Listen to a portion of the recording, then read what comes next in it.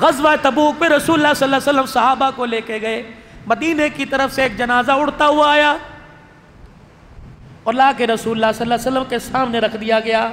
آپ نے چہرے سے کپڑا ہٹایا، کہا مرحبا، پھر آپ نے کپڑا چہرے پر واپس ڈال دیا، فرمایا میرے صحابہ صفے بناؤ۔ صحابہ کہنے لگے یا رسول اللہ کون ہے؟ فرمایا میرا معاویہ بن معاویہ لیثی کا جنازہ ہے۔ اللہ کے رسول ہم نے کندھا دیتے نہیں دیکھا۔ فرمایا بڑے مقدروں والا ہے جسے فرشتے کندھا دے کے یہاں لے کے آئے ہیں۔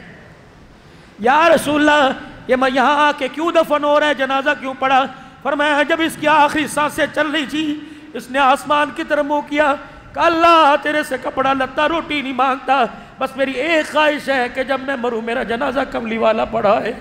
زندگی نے وفا نہ کی، میرا نبی تبوک میں اس کا انتقال ہو گیا، میں نے فرشتوں کو حکم دیا اس کی میت کو اٹھا کے لاؤ۔ اللہ کے نبی نے جنازہ پڑھا کر سلام پھیرا، اچانک میت اٹھی مدینے کی طرف چلی گئی۔ یا رسول اللہ میت کہاں چلی گئی؟ آپ نے فرمایا میری آنکھ دیکھ رہی ہے، فرشتے اس کی قبر بھی بنا رہے ہیں، اس کی تدفین کا بھی انتظام کر رہے ہیں۔ ایک نبی کا یار آگے بڑھا اور کہنے لگا یا رسول اللہ عمل تو کوئی بدلاؤ۔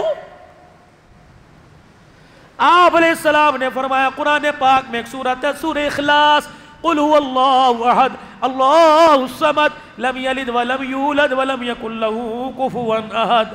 میرے عزیز و حضور نے فرمایا اس آیت کو، اس سورت کو اتنی محبت سے زمین پہ پڑھا کرتا تھا، جب یہ اس سورت کو تلاوت کیا کرتا تھا اللہ آسمان والوں کو اس کی تلاوت سنایا کرتا تھا۔ اللہ